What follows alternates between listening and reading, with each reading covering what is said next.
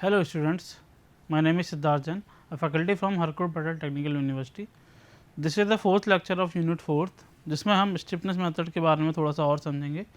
Previous class में हमने stiffness method के बारे में जाना था और स्टैंडर्ड रिजल्ट्स निकाले थे कुछ कंडीशंस में, कुछ केसेस में, क्योंकि स्टिफनेस मेथड में हमको फोर्स की वैल्यू चाहिए होती है, तो हमें उसमें स्टिफनेस कुछ फोर्स की वैल्यू चाहिए होती है, तो रिजल्ट्स के माध्यम से हम निकालते हैं.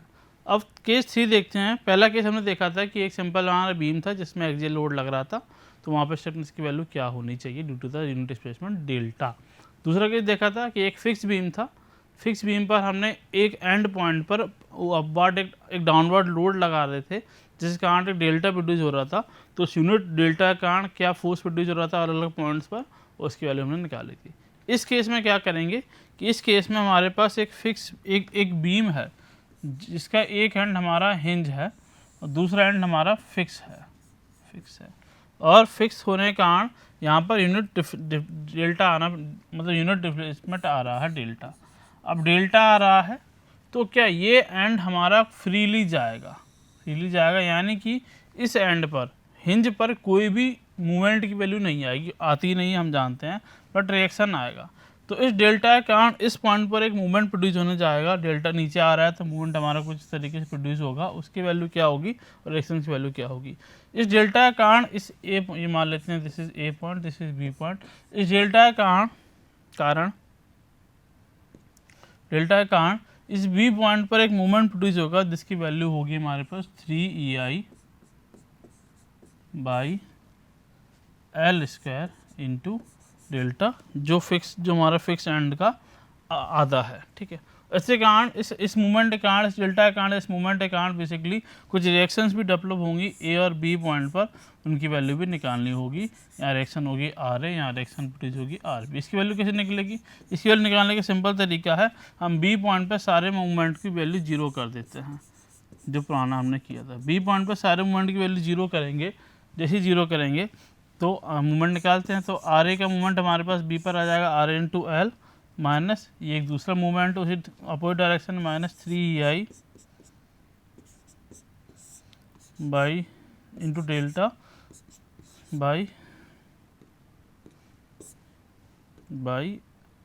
L Q equal to 0. तो यहाँ पर आर ए की वैल्यू बहुत अच्छी तरीके से आपको समझ में आ रही होगी. आर ए की value this is L square, R A की वैल्यू हमारे पास आ जाती है 3EI L cube into delta.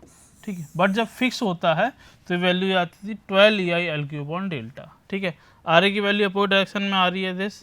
ठीक है. कोई भी लोड नहीं है तो R A plus R B, यानी कि ये डायरेक्शन अपोजिट हो जाएगा, ये ऊपर जा रहा है तो ये आर बी की वैल्यू हमारी दूसरी डायरेक्शन में लगेगी. तो आर बी की जो डायरेक्शन है वो हमारे पास हो जाएगी ये वाली. ठीक है. यानी कि आर बी की वैल्यू हो जाएगी नेगेटिव, लेकिन मैग्नीट्यूड सेम रहेगा. ठीक. तो यहाँ आर बी वैल्यू भी लिख देते हैं. आर बी भी हमारे पास 3EI by L cube into delta हो जाएगा, बट डायरेक्शन अलग हो जाएगी. आपको समझ में आ गया होगा. तो 1 1 1 2 अगर 1 1 या अलग डायरेक्शन में 1 2 3 होता है तो क्या स्टिफनेस की वैल्यू रहेंगी, वो आपके पास ये रहा. अगर फोर्स कंपोनेंट है तो हमारे पास आर ए आर बी के टर्म्स में रहेगा. मूवमेंट कंपोनेंट है तो इस तरीके से इस मूवमेंट टर्म्स में रहेगा, इस 3I बाई डेल्टा टर्म में. और अगर इस पॉइंट पर निकालना चाहे मूवमेंट कंपोनेंट तो जीरो रहेगा, क्योंकि यहाँ पर कुछ आता नहीं है. दिस इज केस 3 सिंपल ठीक. अगर हम केस 4 की बात करें, अगले केस की बात करें, जिसमें हमने अभी तक क्या दिया है, तीनों केस में डेल्टा दिया है, डिफॉर्मेशन दिया है. अब हम देंगे स्लोप. ठीक है. किसी पर्टिकुलर पॉइंट पर. ठीक है. यूनिट स्लोप देंगे जिसके कारण फोर्सेस की वैल्यू निकालना चाहेंगे. तो हम यहाँ पर एक फोर्स, अब स्लोप जानते हैं कि फिक्स एंड पर तो आता नहीं है, स्लोप किस पर आता है, हिंज एंड पर. ठीक. तो हमने इस बी पॉइंट पर एक थीटा दिया, theta B, this is A, this is B, theta B दिया तो यहाँ पर एक अपोजिट रिएक्टिव मूवमेंट जनरेट हो जाएगा. ध्यान रखना है, यहाँ पर एक अपोजिट रिएक्टिव मूवमेंट जनरेट हो जाएगा जिसको काउंटर बैलेंस करना चाहेगा. ठीक. उसकी वैल्यू क्या होगी, जब भी हमारे पास इस तरीके का आ जाता है तो इस थीटा बी की वैल्यू होती है, यहाँ पर थीटा बी की वैल्यू होती है हमारे पास ML अपॉन 4EI हम जानते हैं थीटा बराबर करेंगे तो m किसके बराबर हो जाएगा, m बराबर हो जाएगा k के, यहाँ पर स्टिफनेस की वैल्यू हो जाएगी k equal to 4EI by L। ठीक है, तो यहाँ पर स्टिफनेस की वैल्यू हो जाएगी 4EI बाई L। ठीक, और यहाँ पर अगर हम थीटा दे रहे हैं, थीटा देने के कारण जो रिएक्शंस की वैल्यू आएगी यहाँ पर वो आएगी हमारे पास RA और RB पर, इस डायरेक्शन में है। ठीक है, वैल्यू हो जाएगी 6EI by L square into delta, और RB की वैल्यू भी हो जाएगी हमारे पास 6EI by L square into delta. ठीक है, ये स्टैंडर्ड रिजल्ट है। ठीक, अब हम करते हैं एक क्वेश्चन प्रोसीजर देख के, फिर कुछ क्वेश्चन में ये सारे एप्लीकेशन, सारी चीज़ें हमने समझी उसको अप्लाई करने की कोशिश करते हैं और चीज़ें तरीके से क्लियर करते हैं। ठीक है, अभी आपको 20-30% क्लियर हुआ हो चीज़ें, कोई दिक्कत नहीं, लेकिन अब आपको चीज़ें सारी तरीके से क्लियर होना शुरू हो जाएंगी। ठीक है, सबसे पहले हम बात करते हैं प्रोसीजर का। तो प्रोसीजर में KIJ का मतलब समझते हैं और क्या करते हैं ये समझते हैं। ठीक है, सिंपल सी बात है, KIJ का मतलब होता है कि हम बेसिकली हम यूनिट डिस्प्लेसमेंट लगाते हैं jth पॉइंट पर और फोर्सेस की वैल्यू फाइंड आउट करते हैं ith पॉइंट पर। ठीक है, ध्यान रखना, यूनिट डिस्प्लेसमेंट लगाते हैं jth पॉइंट पर, फोर्सेस की वैल्यू निकालते हैं ith पॉइंट पर। ठीक है, तो हम कॉलम वाइज कॉलम करेंगे इसको भी। कॉलम वाइज कॉलम में क्या रहेगा कि j वाला टर्म है वो सेम रहेगा, तो यूनिट डिस्प्लेसमेंट एक जगह पर लगा दी, उसके कारण जो फोर्सेस आ रहे हैं अलग अलग पॉइंट पर वो हम सारे निकालते चले जाएंगे। तो जो हमने एक क्वेश्चन किया था फ्लेक्सिबिलिटी मेथड में पहले, उस स्टैंडर्ड क्वेश्चन को यहाँ पे रिपीट करेंगे जिसमें ये आपको दिख रहा होगा, जिसमें लेकिन इसमें हम थोड़ा सा चेंजेस करेंगे। यहाँ पर डायरेक्शन सारी सेम रखेंगे, यानी कि अगर हम ये 1 रख रहे हैं, दिस इज 2 डायरेक्शन, और ये हमारा इसी सेंस में रहेगा 3 डायरेक्शन, उसमें हमने ये सेंस बदल दिया था बस, और कुछ नहीं। ठीक, इससे कारण जो हमारे पास स्टिफनेस मैट्रिक्स बनेगी वो क्या बनेगी, इससे कारण जो स्टिफनेस मैट्रिक्स हमारे पास बनेगी KIJ, वो कुछ इस तरीके की बनना चाहेगी। होगी हमारे पास K11, K12, K13, K21, K22, K23। ठीक है, this is K31, K32, K33। ठीक है, ये हो जाएगा 3/3 का। हम पहला कॉलम सॉल्व करेंगे, फिर दूसरा कॉलम सॉल्व करेंगे, तीसरा कॉलम सॉल्व करेंगे अच्छी तरीके से। ठीक है, स्टार्ट करते हैं पहले कॉलम से। पहले कॉलम से स्टार्ट करते हैं, तो डायग्राम एक तरीके से बना लेते हैं, फिर कॉलम से स्टार्ट करने से आसानी होगी। डायग्राम हमारा ये रहा, जिसमें हमारे पास पहला डायरेक्शन ये रहा। जो डायरेक्शन की वैल्यू होती है, ध्यान रखना, ये कोई भी फोर्सेस की वैल्यू नहीं होती है। हमें इस डायरेक्शन में क्या लगाना पड़ता है, अगर हम फ्लेक्सिबिलिटी मेथड की बात करें तो इस डायरेक्शन में यूनिट फोर्स लगाना पड़ता था। स्टिफनेस मेथड से बात करें तो उस डायरेक्शन में यूनिट डिस्प्लेसमेंट लगाना पड़ता है। ठीक है, दूसरा डायरेक्शन, तीसरी डायरेक्शन हमारे पास इससे ये है रोटेशन वाली।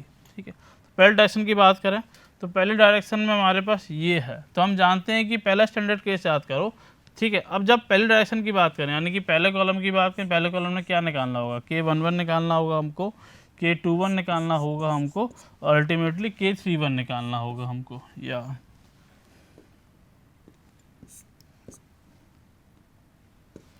K21 निकालना होगा हमको और K31 निकालना होगा हमको।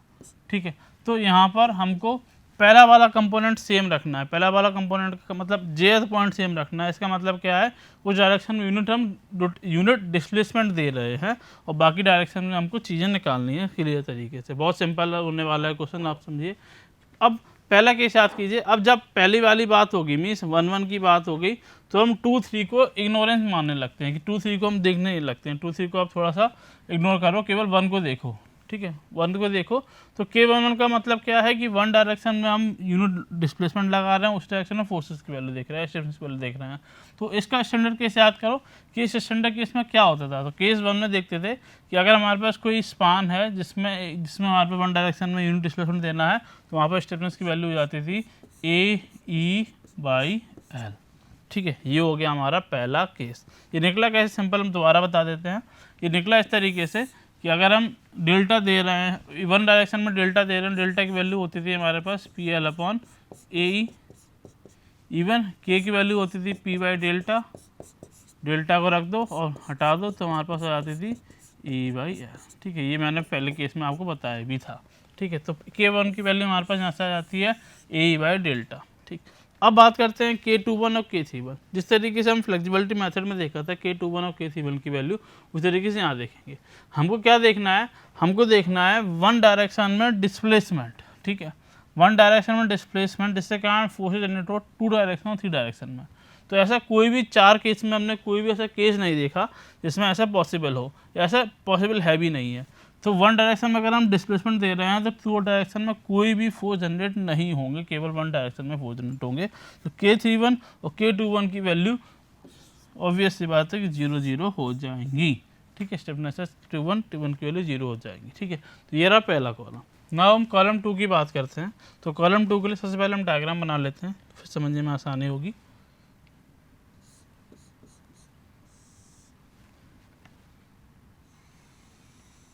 हमारे पास इनिशियली जो डायग्राम है वो ये वाला है, जिसमें टू डायरेक्शन ये है, वन डायरेक्शन ये है और थ्री डायरेक्शन ये वाली है, ठीक है।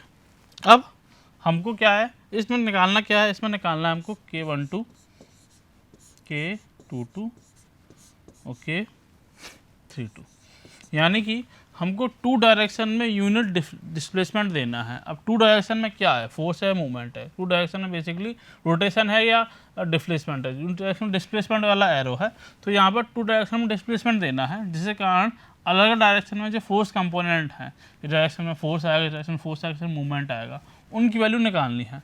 तो इसको निकालनी है, तो इसका स्टैंडर्ड केस याद करो क्या होता था। इसका स्टैंडर्ड क्या होता है, ये फिक्स एंड है तो फिक्स एंड वो भी बना लेते हैं, हम इस एंड को हमेशा फिक्स बनाते हैं।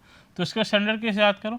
इसका स्टैंडर्ड केस हम याद करते हैं कि जिस तरीके से हमारे पास स्टैंडर्ड केस था जिसमें इस डायरेक्शन में यूनिट डिस्प्लेसमेंट देते थे। डिस्प्लेसमेंट यानी किस तरीके चला आता था, तो उसको समझने के लिए पुराना वाला हम थोड़ा सा हटा देते हैं, थोड़ा ऊपर शिफ्ट कर देते हैं इसको।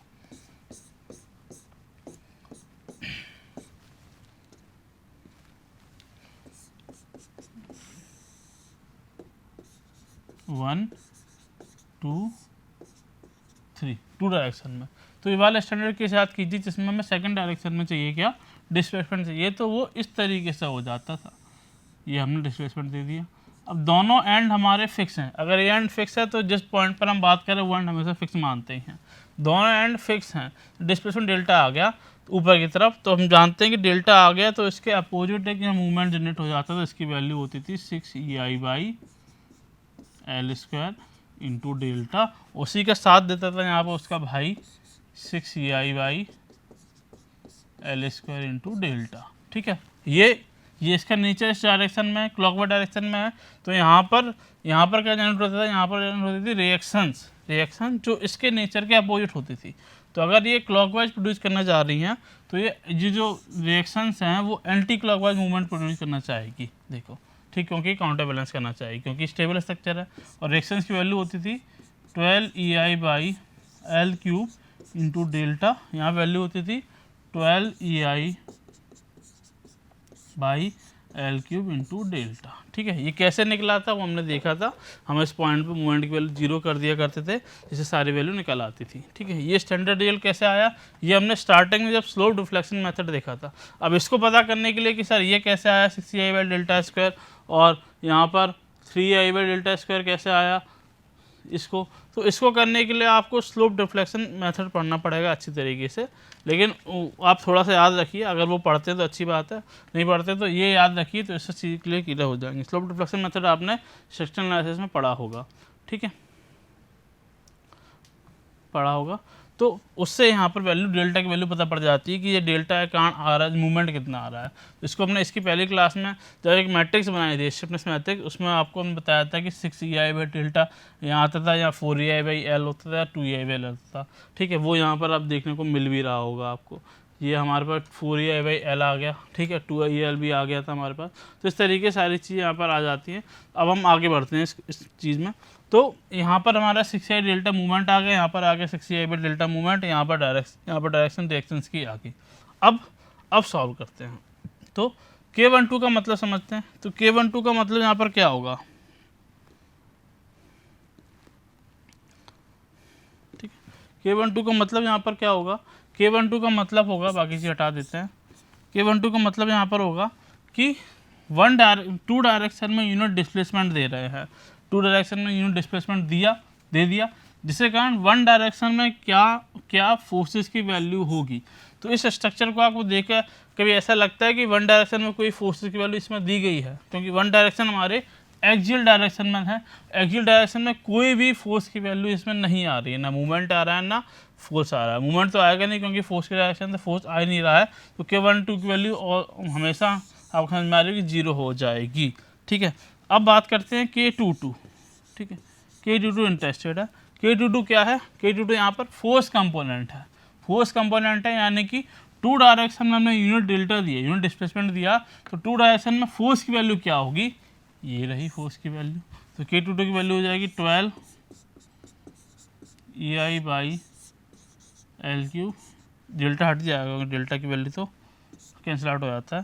तो यहाँ पर हमारे पास K22 की वैल्यू हो जाएगी 12 EI/L3। ठीक है, लास्ट आता है K32। ठीक है, K32 का मतलब क्या है? K32 का मतलब है कि unit displacement in two direction, जिसके कारण थ्री डायरेक्शन पे हमारा फोर्स कंपोनेंट आए। अब थ्री डायरेक्शन में आप इनिशियल फिगर देखो, इनिशियल फोर्स का डायग्राम देखो, तो वहाँ पर थ्री डायरेक्शन में कौन सा फोर्स कंपोनेंट दिख रहा है?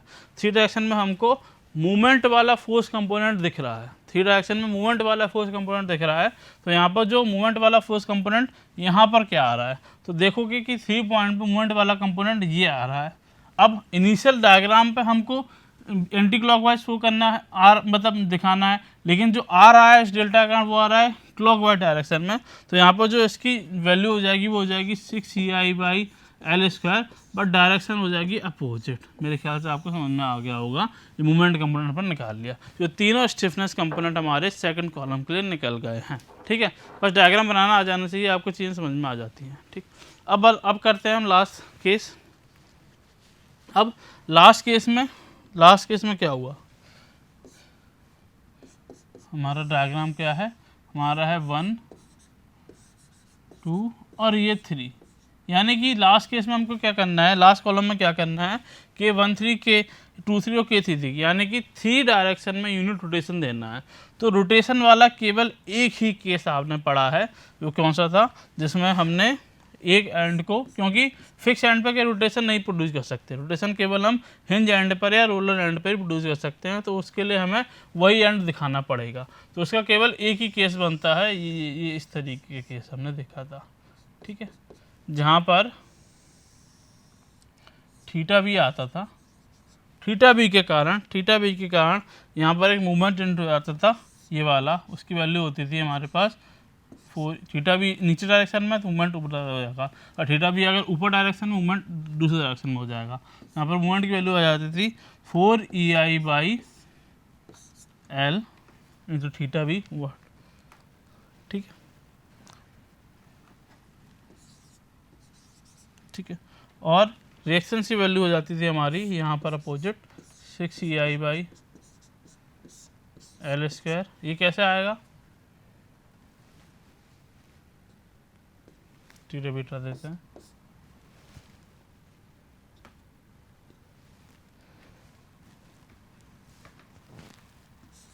ठीक है, ये कैसे आएगा? ये कैसे आया था? ये आया था बेसिकली इस बी पॉइंट पर मूवमेंट की वैल्यू 0 करते थे, RA × L, और बाकी सब करके हमारे पास वैल्यू आ जाती थी। तो ये हमारे पास रिएक्शंस की वैल्यू हो गई है, मूवमेंट की वैल्यू हो गई। अब हम निकालते हैं स्टैंडर्ड रिजल्ट की मदद से K13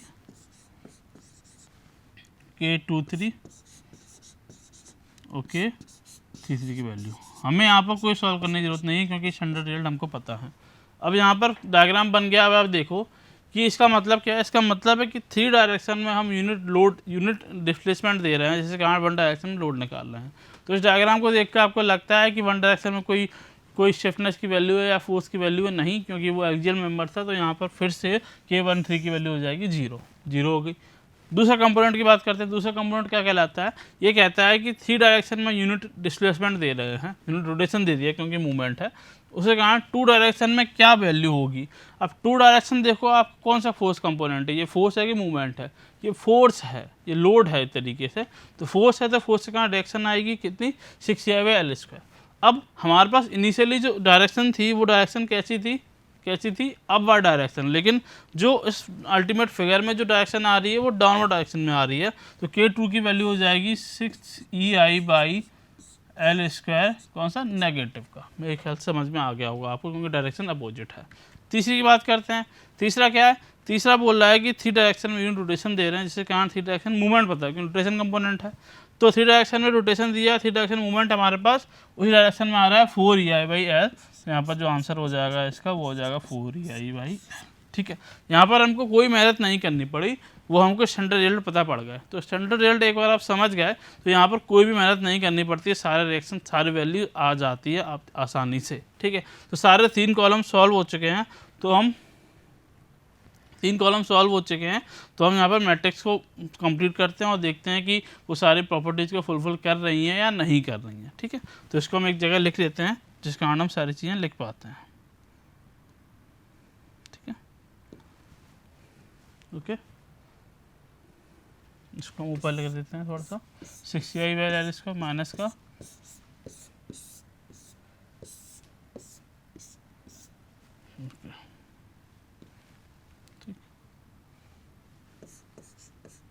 K13 की वैल्यू 0 हो गई, K23 की वैल्यू होगी -6EI/L²,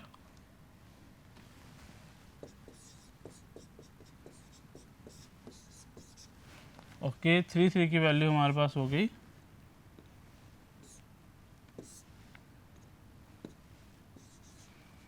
4EI/L।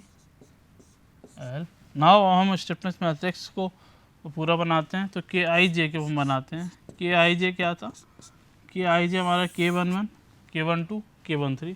तो K11, K12, K13 की वैल्यू क्या क्या है हमारे पास, K11 की वैल्यू हमारे पास A/L, बाकी वैल्यू 0 0।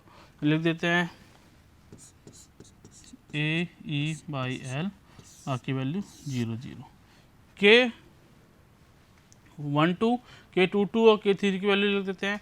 K12 की वैल्यू 0, बाकी 12EI/L3, 6EI/L3 माइनस का। ठीक है, तो ये 0 यहाँ हो जाएगा 12EI/L3 माइनस 6EI/L²।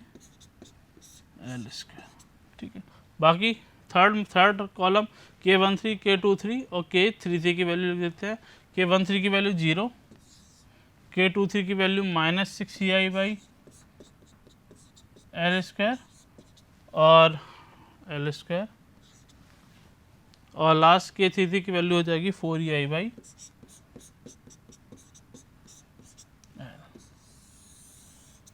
ठीक है, यहाँ पर स्टिफनेस मैट्रिक्स है। ठीक है, आगे कम्प्लीटली अब यहाँ पर हम अपनी प्रॉपर्टीज़ की बात करते हैं। तो आपको दिख रहा होगा कि डायगोनल जो एलिमेंट्स हैं, diagonal elements non zero non negative हैं, बिल्कुल है।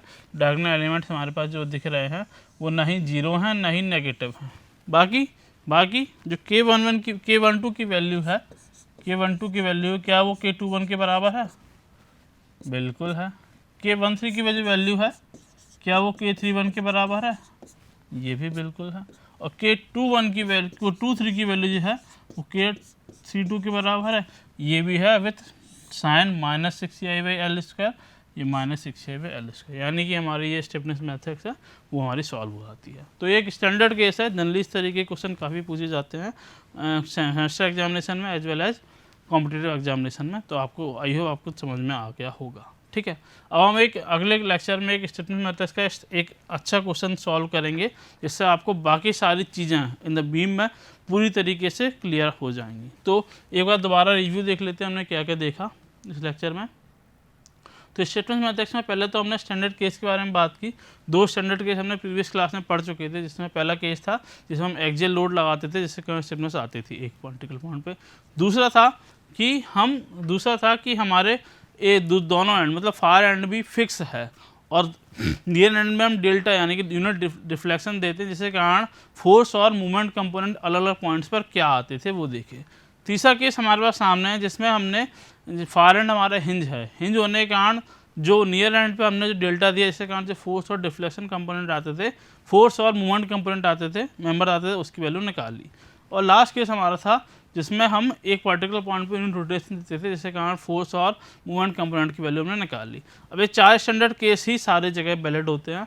अब हम इस क्वेश्चन को देखा हमने, जहाँ पर हमारे पास 1 2 3 ये डायरेक्शन में यूनिट डिस्प्लेसमेंट देना था, इससे मैट्रिक्स बनानी थी, तो बनाई हमने और चारों केसेस के अप्लाई किए। पहला केस है जिसमें हमने एक्सियल लोड देते थे, स्टिफनेस की वैल्यू हमारे पास सामने है। दूसरा केस जिसमें फार एंड हमारा फिक्स था, और नियर एंड में हमने डेल्टा दिया, जिसके कारण हमारे फोर्स और मूवमेंट कंपोनेंट आया और हमने स्टिफनेस की वैल्यू बताई। और तीसरा केस जिसमें हमने यूनिट रोटेशन दिया। हमारा थर्ड केस रह गया जिसमें हमने फार एंड हिंज होता था, लेकिन वो हम अगले क्वेश्चन में देख लेंगे और सारी चीज़ें क्लियर कर लेंगे। सो आई होप आप लोगों को सारी चीज़ें समझ में आई होंगी। So thank you for watching.